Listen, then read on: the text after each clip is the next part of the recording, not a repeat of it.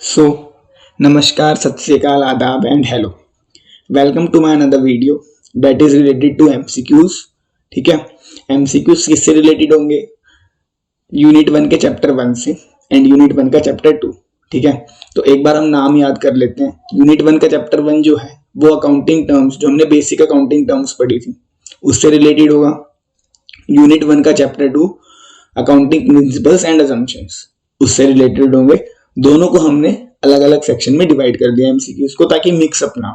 ठीक है, हम एक ही चीज पे एक बार कंसंट्रेट करेंगे, मिक्स नहीं करेंगे दोनों को, तो इसलिए हमने अलग अलग उसको पहले से ही सेक्शन में, अलग अलग सेक्शन में उसको डिवाइड कर दिया। तो हम लोग एक बार डिस्कस कर लेते हैं एमसीक्यूज। जितने एमसीक्यूज इस वीडियो में आप पढ़ोगे वो तो आपके लिए बहुत अच्छे रहेंगे कि कैसे आप इनको टैकल करोगे, लेकिन इससे भी और ज्यादा एमसीक्यूज आपको एग्जाम्स को अच्छा करने के लिए करने पड़ेंगे। ठीक है, क्योंकि इतने एमसीक्यूज से काम नहीं चलेगा। ठीक है, तो और बहुत सारे एमसीक्यूज के लिए डिस्क्रिप्शन में लिंक डाल दूंगा। उन एमसीक्यूज को आप अपने नोटबुक में सॉल्व करो, उनके आंसर्स एक जगह साइड में लिख लो।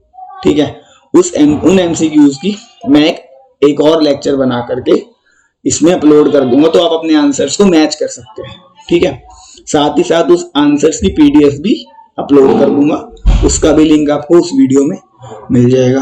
तो अभी हम लोग डिस्कस कर लेते हैं। ठीक है, सबसे पहला आता है goods withdraw for personal use is called.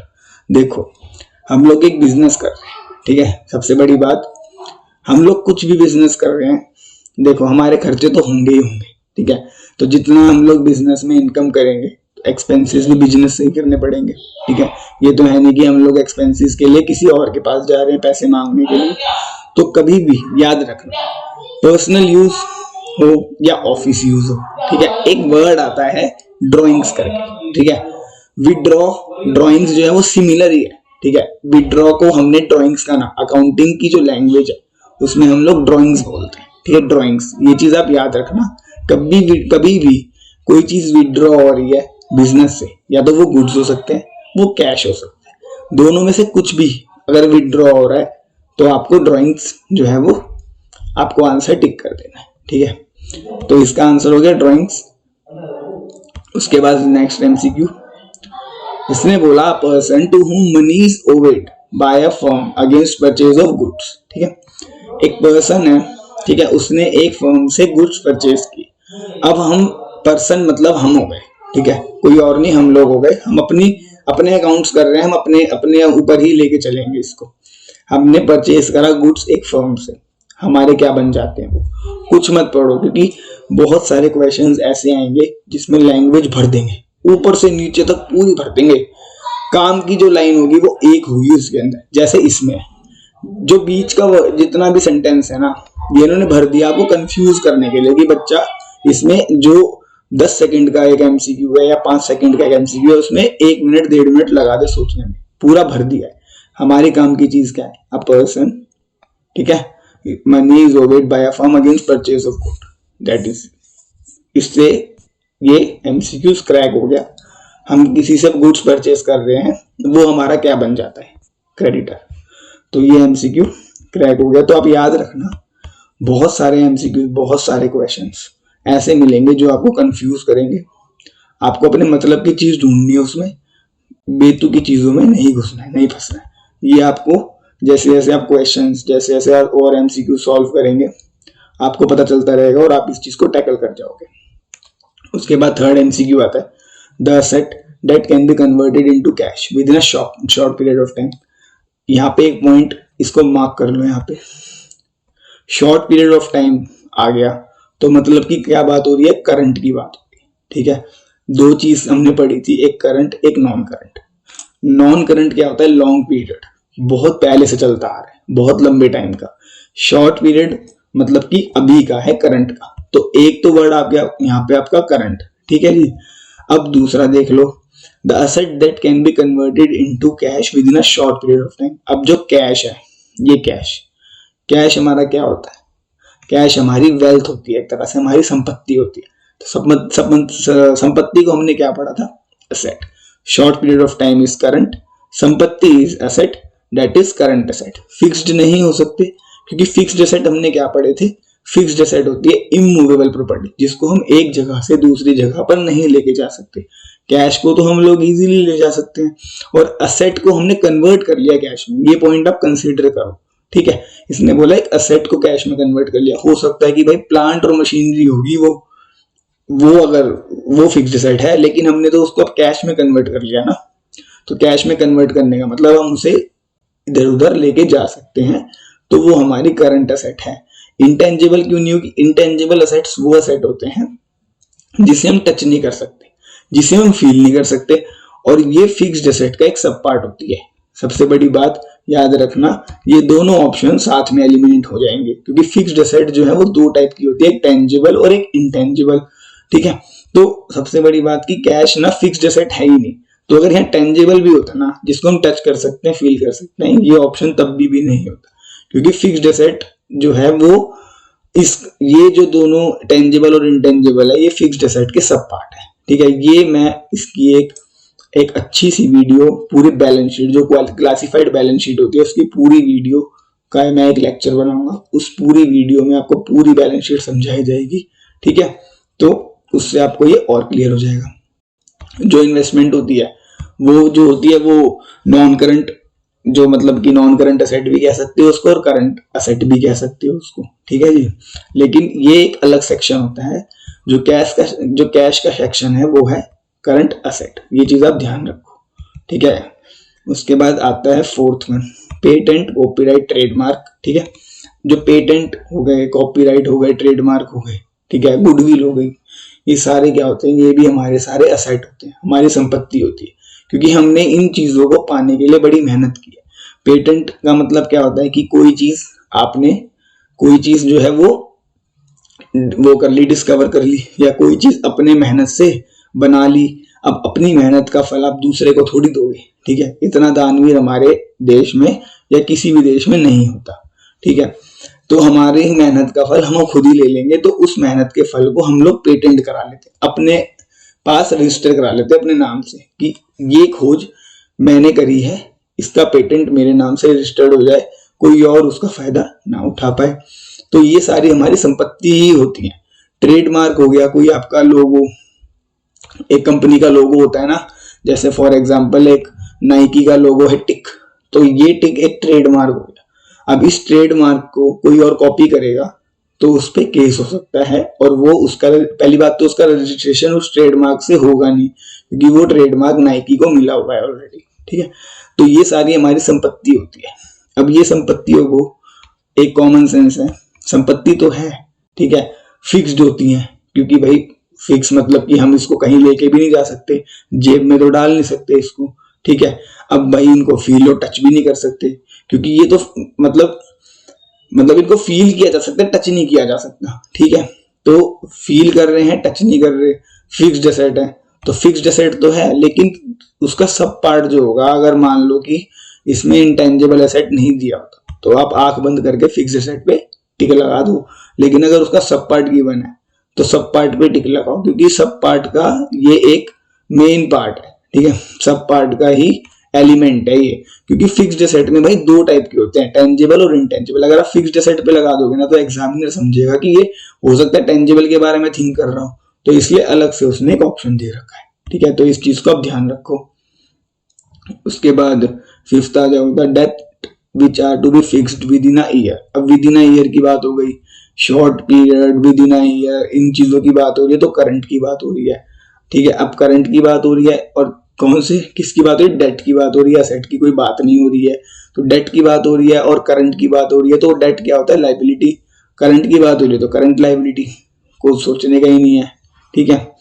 तो अगला आ जाओ भाई, ऐसे करके आपको एलिमिनेट करना है, ऐसे करके जो है वो आप बाइफरकेट कर दो, एक क्वेश्चन को 2 पार्ट में 3 पार्ट में बाइफरकेट कर दो, और उससे आपको आंसर मिल जाएंगे। देख रहे हो कितने इजीली जो है वो सॉल्व हो रहे हैं।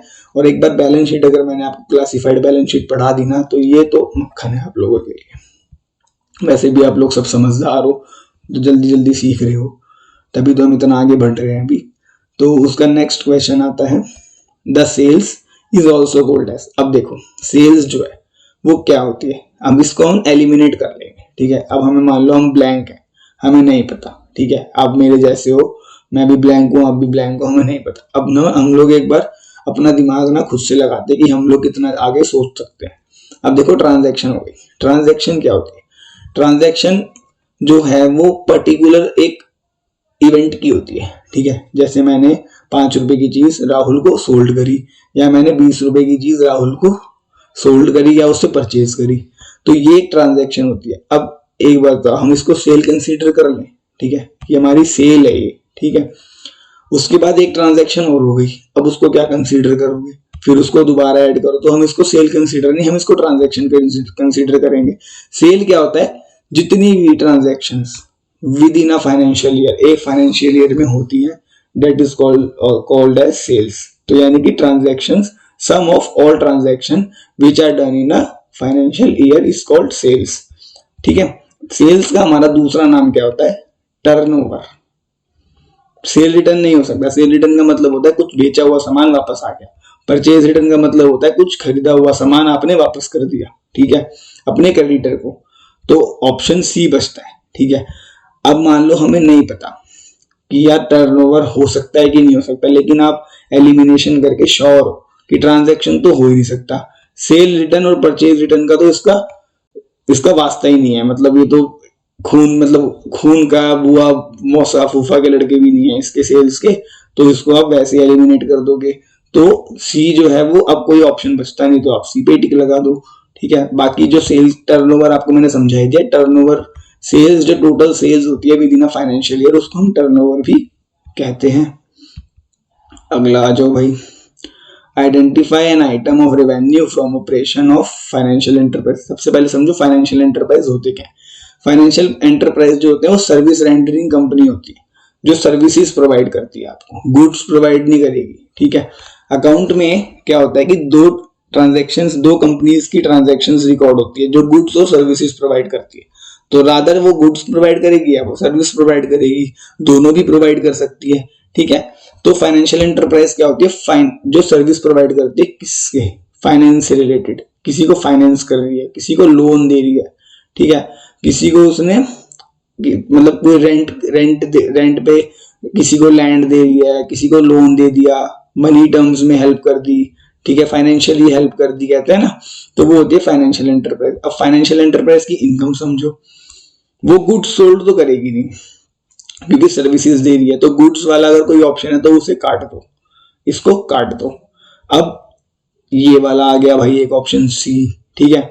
अब कोई सोचेगा यार ऑप्शन सी मिल गया, चल फटाफट टिक लगा दो, मेरा टाइम बच गया। अब वो अपने मार्क्स लास्ट में देखेगा, यार 100 आने थे, 99 कैसे आ गए। अब यहाँ पे देखेगा कि ये वाला गलत है। अब वो क्यों गलत है वो भी समझ लो। Identify an item of revenue from operation. हमें पूछा गया है कि हमें रेवेन्यू की आइटम आइडेंटिफाई करनी है, ना कि हमें ये पूछा गया कि फाइनेंशियल एंटरप्राइज का रोल क्या होता है, ठीक है। तो इनकम कहां से जनरेट होती है? अब मैं आपके पास आया, आपने मेरे को लोन दे दिया। लेट्स से आप एक बैंक हो, ठीक है, आप एक पंजाब नेशनल बैंक हो, आप उसके मैनेजर हो, आपने जो है मुझे लोन दे दिया। लोन के बदले में आपकी इनकम क्या बनेगी? कि पहली बात तो मैं आप जितना लोन लिया है मैंने 10 लाख रुपए का, वो आपको टाइम से पूरा कर दूं। उसके बाद अब भाई लोन दिया है, पैसा आप बैंक का यूज कर रहे हो, तो बैंक उसके बदले में कोई इंटरेस्ट तो लेगा ना, ठीक है, कोई ब्याज तो लेगा ना, तो वो उसकी इनकम होती है। तो इसका ऑप्शन क्या आ गया? ए, ठीक है। अब एलिमिनेट क्या क्या हो गया? बी भी हो गया, सी भी हो गया, नन ऑफ दीज हो नहीं सकता, क्योंकि हमें इंटरेस्ट का पता था कि भाई बैंक तो है वो इंटरेस्ट लेता है, ठीक है। तो ये इसका आंसर हो गया, इंटरेस्ट अर्न्ड, ठीक है। फिर उसके बाद 8th, which of the following is not a business transaction. अब बिजनेस ट्रांजैक्शन कौन सी नहीं हो सकती? आपको पता है बिजनेस ट्रांजैक्शन वो होती है, आप एक प्रिंसिपल जो है वो रिमाइंड कर लो अपने मन में, मनी मेजरमेंट, ठीक है। मतलब कि एक बिजनेस जो है मनी रिलेटेड ट्रांजैक्शंस को ही रिकॉर्ड करता है। अब इन ऑप्शंस में जो मनी रिलेटेड नहीं होगी, मतलब जो बिजनेस से रिलेटेड नहीं होगी मनी में, ठीक है, मनी की टर्म्स में बिजनेस से रिलेटेड नहीं होगी, वो ट्रांजैक्शन बिजनेस ट्रांजैक्शन नहीं हो सकती, ठीक है। जैसे कि अभी bought a furniture of ₹26,000 for business, ये देखो यहाँ आ गया ऑप्शन फॉर बिजनेस। अब इसने स्पेसिफाई कर दिया आपको कि बिजनेस के लिए ट्रांजैक्शन की गई है, फर्नीचर खरीदा है भाई 26,000 रुपए का, सोफा वगैरह लगा के सोएंगे सब वहां पे, ठीक है। बिजनेस करेंगे भाई, बिजनेस सोने का टाइम कहाँ होता है। फिर उसके बाद देखो, अब बिजनेस ट्रांजेक्शन इस पे, ये तो हमारा जो है वो बिजनेस ट्रांजेक्शन हो गया। अब इसने क्या पूछा है, इसने क्वेश्चन भी आपको ध्यान से पढ़ने पड़ेंगे। ये छोटे छोटे वर्ड्स जो होते हैं वो दिमाग से निकल जाते हैं जब आपको एक्साइटमेंट आ जाती है कि यार मैं इसको क्रैक कर लूंगा। नॉट पूछा है, नॉट, तो ये तो बिजनेस ट्रांजेक्शन हुआ, ये कट गया। अब उसके बाद दूसरा, paid ₹2000 salary for employees. Employees घर के थोड़ी होंगे, घर के तो एम्प्लॉयज नहीं होते, घर के सर्वेंट्स होते हैं। एम्प्लॉयज जो होते हैं वो बिजनेस के होते हैं, कंपनीज के होते हैं, ठीक है। ये भी एक बिजनेस ट्रांजैक्शन है, ये भी कट गई। Paid ₹5,000 from personal account for domestic use, मतलब कि हमने विड्रॉ करा है पैसा, विड्रॉ कर लिया। अगर यहाँ लिखा होता ना फॉर ऑफिस यूज, तो हो सकता है कि हम ऑल ऑफ दीज पे जो है वो टिक अब नहीं लगाते भाई, नहीं लगाते। ऑल ऑफ दिस का मतलब कि आप ये सब को मान लो कि बिजनेस ट्रांजैक्शंस नहीं है, बट ये सब बिजनेस ट्रांजैक्शन है, ठीक है। अगर D option all of these है तो मतलब पहला नहीं हुआ, दूसरा नहीं हुआ, चौथा भी नहीं हुआ, अब ये तो यानी कि तीसरा भी नहीं होगा। क्वेश्चन ही गलत दे दिया। एग्जाम में होंगे क्वेश्चन गलत आएंगे, लेकिन आपको आंसर फिर भी टिक करना पड़ेगा। तो हमने डोमेस्टिक यूज के लिए पैसा जो है वो विड्रॉ किया है, ठीक है, पर्सनल बैंक अकाउंट से विड्रॉ किया, ठीक है। तो ये बिजनेस ट्रांजैक्शन नहीं है क्योंकि बिजनेस से रिलेटेड नहीं है, बिजनेस में कोई खर्चा नहीं कर रहे अभी हम, ठीक है। Which of the following is not a fixed asset. अब देखो फिक्स्ड एसेट कौन सी होती है, जो इमूवेबल होती है, ठीक है। ऑप्शंस में झांको और देखो इमूवेबल कौन सी है। बिल्डिंग है, हनुमान जी तो हो नहीं जो उठा के कहीं और ले जाओगे, ये हो नहीं सकती। लैंड मशीनरी हो नहीं सकती। लैंड का मतलब हो गया कि पूरा लैंड, वो तो हिल ही नहीं सकता, ठीक है। मशीनरी का मैंने आपको पहले ही बताया कि मशीनरी में एक छोटी सी मशीन की बात नहीं कर रहा हूँ, एक बड़ा प्लांट जो पूरा लैंड कवर करता है उस मशीनरी की बात होती है यहाँ पे, तो वो नहीं ले जा सकते आप, ठीक है। और अगर हो भी रही होगी छोटी मशीनरी की बात तो लैंड एंड मशीनरी साथ में, तो या तो दोनों साथ में जाएंगे या एक भी नहीं जाएगा, ठीक है। फिर उसके बाद सी ऑप्शन, सी ऑप्शन देखो बैलेंस विद बैंक, ठीक है। अब बैंक में हमारा बैलेंस है, आजकल भाई इतने मोबाइल ऐप आ गए, ठीक है, पैसा जेब में डालने की जरूरत ही नहीं। चल मेरे भाई 10-10 20-20 लाख रुपए अकाउंट में पड़े होते हैं, यहाँ से वहां ले गए, वहां निकलवा लिए, ठीक है। एक तो ये हम मूव करा सकते हैं। दूसरा, अब भाई बैंक में पैसा है, ठीक है, हम लोग कैश पे विड्रॉ करा के मूव करा सकते हैं, लेकिन मूव तो हो जाएगा ना, तो मतलब फिक्स्ड एसेट नहीं है, तो ऑप्शन इज सी। फिर आ जाओ 10th पे, which of the following transaction is not of financial character. Financial character मतलब फाइनेंस से रिलेटेड नहीं है। फाइनेंस रिलेटेड का मतलब होता है कि फाइनेंशियल करेक्टर पूछा है इसमें, फाइनेंशियल एंटरप्राइज वाला कोई चीज नहीं पूछी है। तो फाइनेंशियल करेक्टर का मतलब क्या होता है कि कोई मनी ट्रांजेक्शन नहीं है या कोई बिजनेस रिलेटेड ट्रांजेक्शन नहीं है, कुछ मतलब हम खरीद नहीं रहे, कुछ बेच नहीं रहे, कंपनी में कुछ डेबिट नहीं हो रहा, कुछ क्रेडिट नहीं हो रहा। वो पैसा भी हो सकता है, वो असेट भी हो सकते हैं, वो रॉ मटेरियल भी हो सकता है, वो मशीनरी भी हो सकती है, वो लाइबिलिटीज भी हो सकती है। तो अब देख लेते हैं क्या क्या है। Purchase of asset on credit, purchase कर रहे हैं हम असेट, क्रेडिट पे कर रहे हैं चाहे कैश पे कर रहे हैं, फाइनेंशियल करेक्टर है, मतलब अकाउंट्स में रिकॉर्ड होगी। B, purchase of asset for cash, cash में करो चाहे क्रेडिट में करो, अकाउंट से रिलेटेड है, अकाउंट्स में रिकॉर्ड होगी होगी। आपने पैसा दिया या आपने कुछ असेट परचेज किया, असेट कर रहे हो परचेज, तो इफेक्ट कहाँ कहाँ पे होगा। एक तो आपकी करंट एसेट बढ़ेगी, मतलब फिक्स्ड एसेट बढ़ेगी, कौन सी एसेट परचेज कर रहे हो ये भी देखा जाएगा, ठीक है। एक आपकी मान लो हम इसमें लैंड परचेज कर रहे हैं क्रेडिट पे, तो फिक्स्ड एसेट बढ़ जाएगी आपकी टेंजिबल में, ठीक है। और अगर हम लोग कैश में कर रहे हैं तो आपका कैश कम हो जाएगा, एसेट बढ़ जाएगी, यहाँ पे आपकी लायबिलिटी बढ़ जाएगी क्योंकि क्रेडिट में कर रहे हो आप। तो क्रेडिटर में जो है वो उतने का अमाउंट आ जाएगा जितने का आपने लैंड एक्वायर किया है। सी देख लो, withdraw cash for personal use. अब देखो कैश विड्रॉ कर रहे हो पर्सनल यूज के लिए, ठीक है, ठीक है जी, विड्रॉ कर रहे हो, लेकिन विड्रॉ कहाँ से कर रहे हो, बिजनेस से कर रहे हो, ठीक है, पर्सनल यूज के लिए कर रहे हो। तो पैसा तो मान लो आपने 5,000 रुपए ऑफिस से निकाल लिए, पर्सनल यूज के लिए बिजनेस से निकाल लिए, तो बिजनेस तो अपना 5,000 रुपए कैश जो है वो माइनस करेगा ना बैलेंस शीट में से, ठीक है। अब चाहे वो पर्सनल यूज के लिए कर रहा है वो अलग बात है, लेकिन ट्रांजेक्शन तो हो गई ना अकाउंट के अंदर, तो ये एक फाइनेंशियल करेक्टर हो गया, ठीक है। Strike by employees, strike by employees एक सोशल करेक्टर है, नॉट अ फाइनेंशियल करेक्टर। ये हम थोड़ी करेंगे कि आज क्या नाम है मजदूरों ने 2 घंटे की स्ट्राइक करी, चलो उसको रिकॉर्ड करो फाइनेंस में, ऐसा नहीं होता। अभी मैं ये ऊपर क्यों लेके जा रहा हूं, मैं एक क्लियर करना चाहता हूं चीज आपको, वो ये कि कहीं आप सोचो भाई कि हम लोग कंफ्यूज हो रहे हैं। देख लेता हूँ, क्या पता वो मेरा वहम हो, लेकिन मैं एक बार गो थ्रू कर लेता हूँ। हाँ, ये वाला देखो ऑप्शन आप, इसमें पूछा गया था कि बिजनेस ट्रांजैक्शन कौन सी नहीं है। ठीक है, बिजनेस ट्रांजैक्शन, ठीक है, जो बिजनेस से रिलेटेड नहीं है। उसमें पूछा है कि फाइनेंशियल कैरेक्टर वाली कौन सी ट्रांजैक्शन नहीं है। ठीक है, इसमें पूछा कि बिजनेस ट्रांजैक्शन, ये बिजनेस से रिलेटेड नहीं है, ये पर्सनल यूज के लिए किया हुआ है। और वो भी किससे किया है, अगर यहाँ ऑफिस यूज होता ना कि हमारे ऑफिस बिजनेस अकाउंट से डोमेस्टिक यूज के लिए पैसा निकाला है, तो ये बिजनेस करेक्टर होता है, क्योंकि आपके बिजनेस में तो इफेक्ट पड़ ही रहा है ना, 5,000 रुपए कम हो रहे हैं। लेकिन पर्सनल बैंक अकाउंट से ही पैसा निकाला है अपने और डोमेस्टिक यूज के लिए ही खर्च किया हुआ है। ठीक है, दोनों में से किसी भी वर्ड पे, इस पे और इसमें से किसी भी वर्ड पे अगर बिजनेस यूज हो रहा होता तो हम एक बार को इसको रिकॉग्नाइज करते, लेकिन दोनों ही पर्सनल है। पैसा भी डोमेस्टिक यूज पे खर्च किया और निकाला भी पर्सनल अकाउंट से, बिजनेस अकाउंट से नहीं निकाला। तो ये एक अपना कंफ्यूजन दूर कर लो।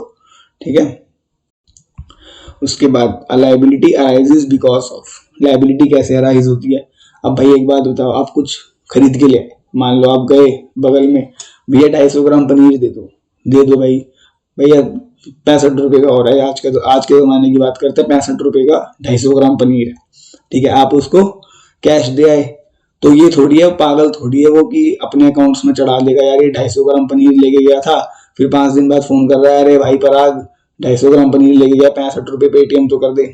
किस बात के भाई, किस बात के कर दू, जब अकाउंट ही क्लोज हो गया वहां पे मेरा, मैंने तेरे से पनीर लिया, आपने मेरे से कैश लिया, account close, transaction settled, no balance.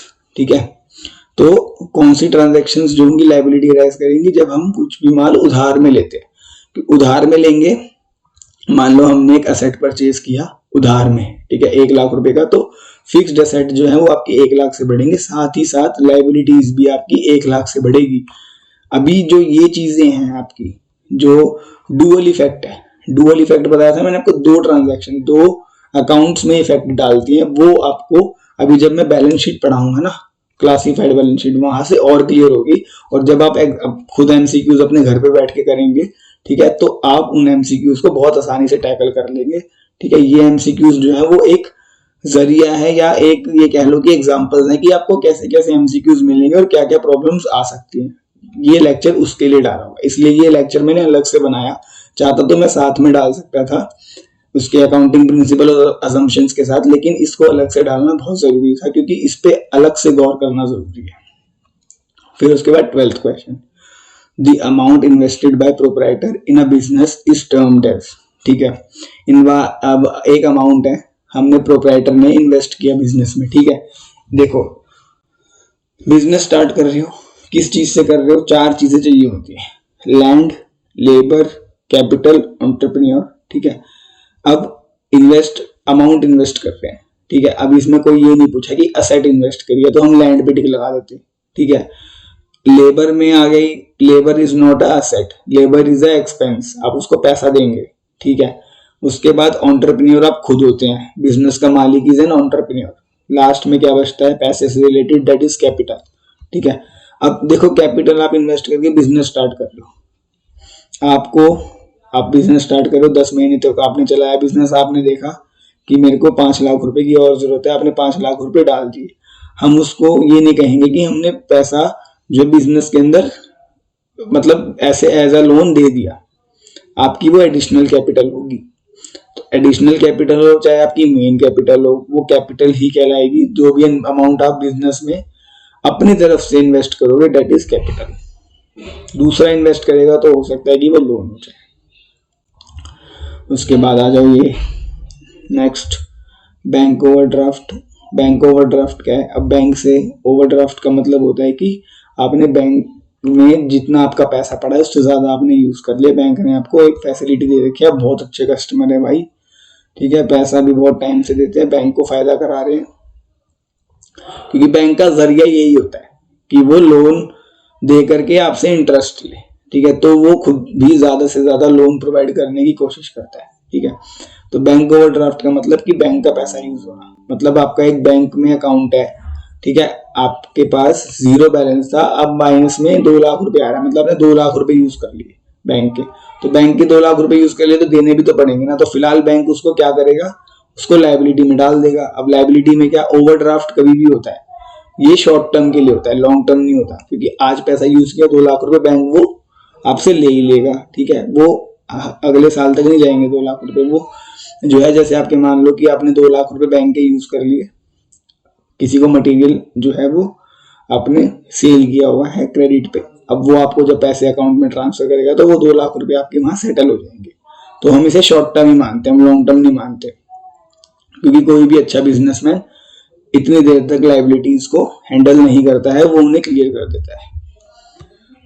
14th, purchase refers to buying of. Purchase क्या होता है, परचेज भाई हम लोग परचेज जो है वो किस चीज की करते हैं, ठीक है, हम लोग करते हैं परचेज जब भी, अभी देखना, कंजम्पशन के लिए कोई भी चीज परचेज करते हैं तो उसे परचेज नहीं कहते, हम नॉर्मली कह देते हैं कि यार मैं ये परचेज करके ले आया, ठीक है, और क्या नाम है, मैं ये परचेज करके ले आया, मैंने यहाँ पे इसको खा लिया, जैसे मैं बाजार गया, मैंने कहा ना 250 ग्राम पनीर लेके आ गया, तो मैं ये नहीं बोलूंगा कि मैं परचेज करके लाया, क्योंकि परचेज कभी भी होता है वो रीसेल के लिए होता है, हम कभी भी कोई भी चीज परचेज करते हैं वो रीसेल के लिए होती है, ठीक है, और कभी भी कोई चीज हम लोग एंड प्रोडक्ट खुद के लिए करते हैं तो वो कंजम्पशन के रूप में जो है वो आती है। तो purchase is refers to buying of goods for resale, ठीक है।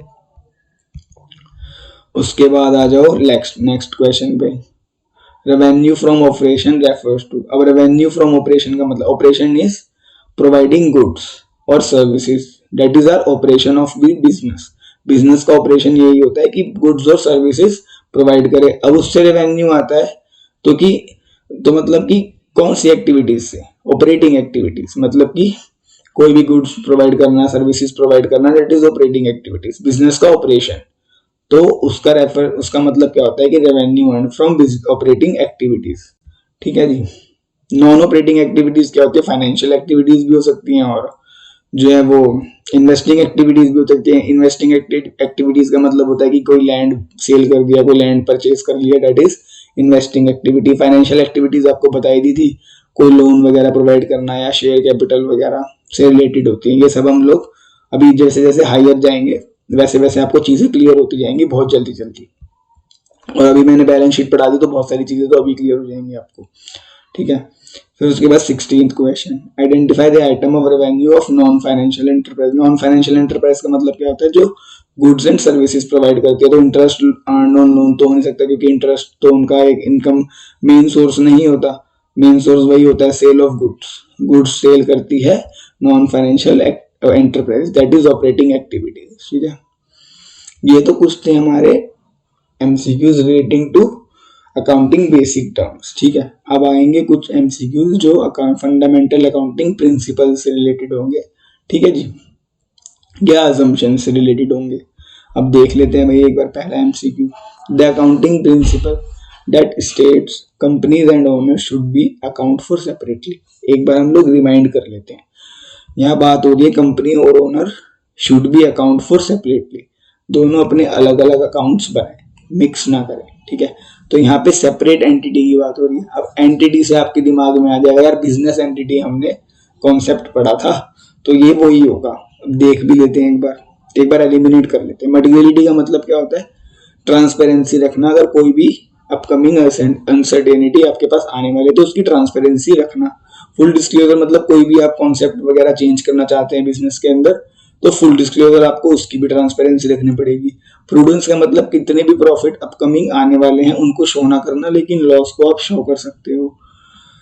बिजनेस एंटिटी कॉन्सेप्ट जो होता है वो यही होता है कि बिजनेस और ओनर दोनों सेपरेट एंटिटी रहेंगे, मिक्स नहीं होंगे। जो बिजनेस की लायबिलिटी हो बिजनेस के रिसोर्सेज से ही रिकवर की जाए, पर्सनल बिलोंगिंग्स को ना छेड़ा जाए। अब आ जाओ सेकंड पे, a company lost vital machinery in accident which will adverse impact on production capacity. As a result, it is likely to lose business to its competitors.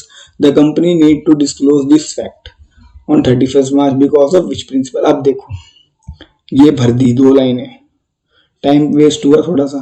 देखो इन्वेस्ट तो टाइम करना पड़ेगा इसको पढ़ने में, क्योंकि हो सकता है कि ये भी मेन हो सकता है, लेकिन मैं आपको यही बताना चाहता हूँ कि एग्जाम के अंदर ऐसे ऐसे क्वेश्चन भर भर के आएंगे, बहुत भर भर के आएंगे, कि जिसके अंदर 10-10 लाइनों के क्वेश्चन होंगे, लेकिन जो मेन जो आपकी काम की लाइन होगी वो एक होगी। ये जैसे इसमें ये है, तो वही बोला इसने कि कंपनी नीड टू डिस्क्लोज, मतलब कि कंपनी को एक लॉस हो गया मशीनरी का एक्सीडेंट में, तो कंपनी को जो है वो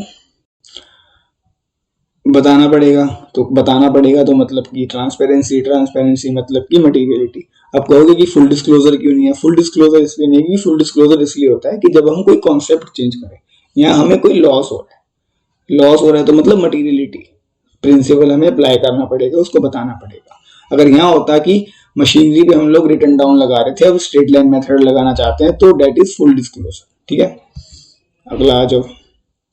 XYZ Limited follows written down value method of depreciating machinery year after year due to, अब वही आ गया ना कि रिटर्न डाउन वैल्यू मेथड लगा रही है year after year, due to which principle. अब ईयर आप एक ही चीज में चल रहे हो, ठीक है, आज भी 80 नंबर ला रहे हो, कल भी 80 नंबर ला रहे हो एग्जाम में 100 में से, परसों भी 80 ला रहे हो, उसके अगले दिन भी 80 ला रहे हो। या विराट कोहली आज भी 100 बनाया, परसों भी 100 बनाया, कल भी 100 बनाएगा, और जो है वो आने वाले टाइम पे भी 100 बनाएगा। हालांकि भी फिलहाल उसका 100 रुका हुआ है, बट कोई बात नहीं। तो मतलब कि क्या है? कंसिस्टेंट। तो प्रिंसिपल कौन सा है? कंसिस्टेंसी। ठीक है जी। When goods are sold on credit to Ramesh account in debit and sales account is credit. हमने गुड्स सोल्ड किए क्रेडिट में रमेश को, उसका अकाउंट जो है वो डेबिट हो गया किस चीज से? एसेट आ गई ना भाई, गुड्स आ गए उसके पास तो करंट एसेट आ गई, और उसका अकाउंट क्रेडिट किससे हो गया? सेल से। उसकी लायबिलिटी बढ़ गई, सेल्स में मतलब हमारा नाम आ जाएगा, अगर नहीं आएगा तो सेल्स अकाउंट बन जाएगा एक हमारा, है तो क्रेडिट, क्रेडिट में मतलब कि उसकी लायबिलिटी बढ़ गई। तो हमें ये नहीं देखना कि उसकी लायबिलिटी बढ़ रही है कि उसकी एसेट बढ़ रही है, हमें देखना है कि यहाँ पे दो अकाउंट इफेक्टेड हुए, एक रमेश का और एक हमारा, तो दो अकाउंट इफेक्ट हुए, मतलब कि डुअल एस्पेक्ट। चलो जी, ये हो गया। अगला आता है accounting according to the principle a proprietor of a business is treated as the creditor of extent of his capital. इसका आंसर भी वही होगा कि business is treated as the creditor to the extent of this capital. इसका मतलब होता है कि एक बिजनेस जो है वो अपनी कैपिटल तक ही सीमित रहेगा। एक प्रोप्राइटर जो है बिजनेस का, वो अपनी कैपिटल तक ही सीमित रहेगा, पर्सनल बिलोंगिंग्स तक नहीं जाएगा। कैपिटल किस चीज की? बिजनेस की कैपिटल। तो यहाँ पे क्या बात आ रही है? यहाँ पे बिजनेस और ओनर को, दोनों को अलग रखने की बात आ रही है। तो यहाँ बिजनेस एंटिटी कॉन्सेप्ट, मैंने आपको ये चीज बताई थी कि प्रोप्राइटर और पार्टनरशिप की हम कभी बात नहीं करेंगे। एमसीक्यूज में डाला हुआ है, ठीक है, कोई बात नहीं, वो उनका कहने का मतलब ये है, लेकिन आप ये चीज याद रखना, अगर बिजनेस स्टडीज में नंबर नहीं कटवाने हैं तो प्रोप्राइटर और पार्टनरशिप ये बिजनेस एंटिटी इनका फीचर नहीं है, बिजनेस एंटिटी सिर्फ कंपनी का फीचर है। ठीक है, ये चीज आप याद रखेंगे बिजनेस स्टडीज में। इतना बढ़िया आपको एक मैंने वो दे दिया एग्जांपल आपके मार्क्स बचाने के लिए, तो वीडियो पे एक लाइक बनता है। फिलहाल वीडियो में इतना ही मिलेगा आपको, नेक्स्ट वीडियो बनाएंगे, ठीक है, जिसमें जितने भी एमसीक्यू मैं आपको डिस्क्रिप्शन में दूंगा लिंक में, वो सारे डिस्कस उसमें किए जाएंगे। आप उनको एक अपनी नोटबुक में रिकॉर्ड कर लेना, उनके आंसर्स को, और मैच कर लेना। ठीक है, तो आपको पता चल जाएगा कि आपने कितने सही किए और कितने गलत किए, और कोशिश करना कि नेक्स्ट टाइम वो गलती कम करें। ठीक है, तो धन्यवाद, thank you so much, have a good day.